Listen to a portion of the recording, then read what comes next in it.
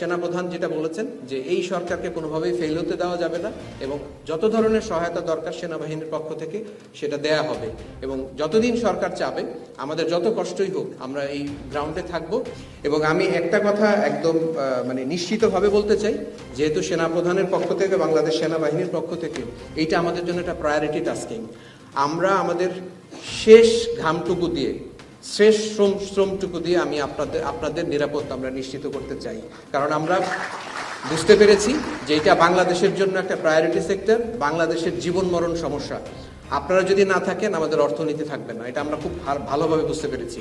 আপনারা যদি না থাকেন আপনাদের ট্যাক্সের টাকায় আমাদের বেতন হয়, আমাদের বেতন হবে না। তো সুতরাং এই অনুভূতি যখন আমাদের আছে তখন আমরা আমাদের কর্তব্য অবশ্যই করে যাব। সেই জন্য আমি আপনাদের সহযোগিতা চাই, মালিক পক্ষের সহযোগিতা চাই, শ্রমিক পক্ষের সহযোগিতা চাই, তাহলে আমরা আমাদের কাজগুলো সুন্দরভাবে সুচারুভাবে করতে পারবো এবং আপনাদের সহযোগিতা নিয়ে আমরা ভবিষ্যতে থাকব। এবং আমি একটা কথা একদম নিশ্চিতভাবে বলতে চাই, যেহেতু সেনাপ্রধানের পক্ষ থেকে বাংলাদেশ সেনাবাহিনীর পক্ষ থেকে এইটা আমাদের জন্য একটা প্রায়োরিটি টাস্কিং। আমরা আমাদের শেষ ঘামটুকু দিয়ে শেষ শ্রমটুকু দিয়ে আমি আপনাদের নিরাপত্তা আমরা নিশ্চিত করতে চাই, কারণ আমরা বুঝতে পেরেছি যে এটা বাংলাদেশের জন্য একটা প্রায়োরিটি সেক্টর, বাংলাদেশের জীবন মরণ সমস্যা। আপনারা যদি না থাকেন আমাদের অর্থনীতি থাকবে না, এটা আমরা খুব ভালোভাবে বুঝতে পেরেছি।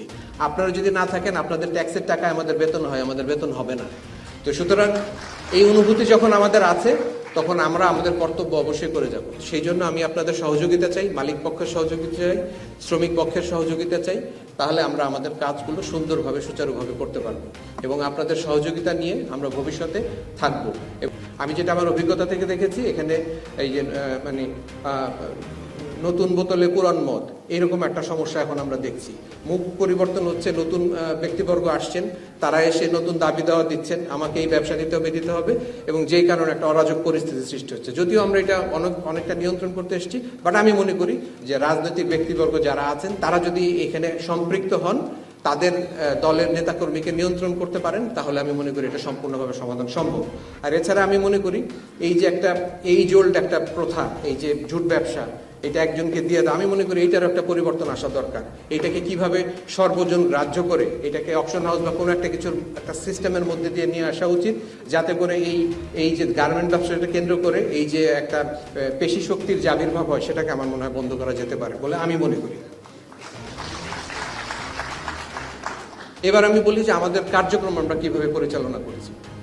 আমরা ওই যেটা বললাম যে 2টা ব্রিগেড, অর্থাৎ আমাদের 2টা ব্রিগেডিয়ার জেনারেল, তার 2টা ব্রিগেড নিয়ে কিন্তু আপনাদের এই পুরা এই আশুলিয়া, টঙ্গী, গাজীপুর, ভালুকা, এইসব জায়গা সবকিছু মিলিয়ে আমরা এখানকার শান্তি শৃঙ্খলা নিয়ন্ত্রণ করছি। এবং এই সঙ্গে আমাদের ইন্ডাস্ট্রিয়াল পুলিশ আছে, সাধারণ পুলিশ আছেন, বিজিবির ব্যাটালিয়ান 8 প্লাটুন আছে আমার সঙ্গে, র্যাব আছে। তো সবকিছু মিলিয়ে আমরা যৌথ বাহিনীর একটা কাঠামো তৈরি করেছি।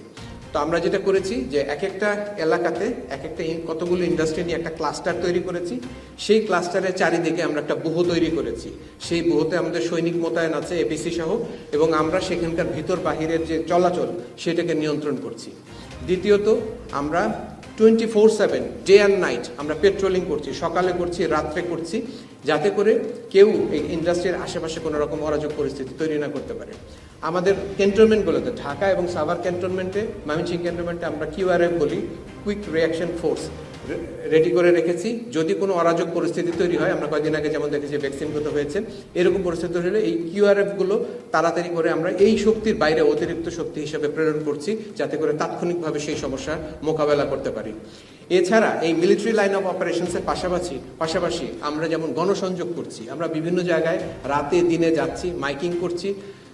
যারা এই সেক্টরের সঙ্গে জড়িত, তারা যারা পরোক্ষভাবে জড়িত, যেমন ওই এলাকার বাড়িওয়ালা, দোকানদার, তাদেরকে আমরা সেন্সিটাইজ করছি।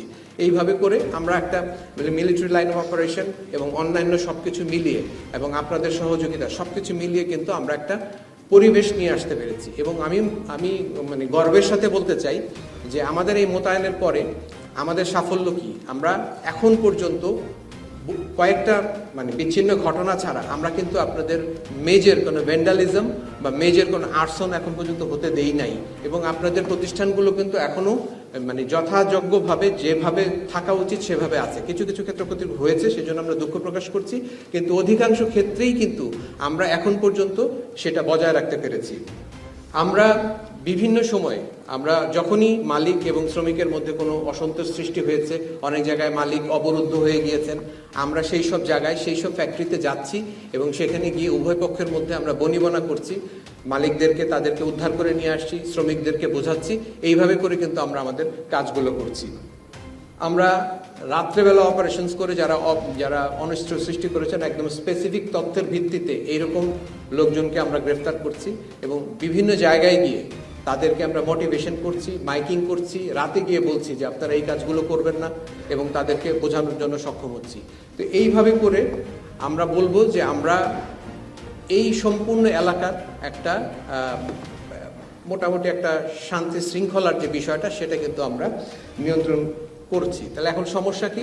সমস্যা হচ্ছে যেটা প্রথমে বললাম যে এই যে শ্রমিকদের যে দাবি দেওয়া, যেটা আমরা বলবো যৌক্তিক এবং অযৌক্তিক মিলিয়ে, এইটার যদি একটা ত্রিপক্ষীয় সমাধান না হয়, আমি যদি আরেকটা ব্যাটালিয়ন বা আরেকটা ডিভিশনও যদি এখানে এসে মোতায়েন করি, আমার মনে হয় সেটাতে খুব একটা মানে ফলপ্রসূ কোনো কিছু হবে না। সুতরাং আমরা তাকিয়ে আছি যে এই সমস্যাটার সমাধান রাজনৈতিকভাবে নীতি নির্ধারক মহল থেকে আপনারা সবাই মিলে উভয় পক্ষের সহনশীলতার মাধ্যমে আপনারা এটা সমাধান করবেন, তাহলে আমরা যে শ্রম দিচ্ছি সেটা মানে সার্থক হবে।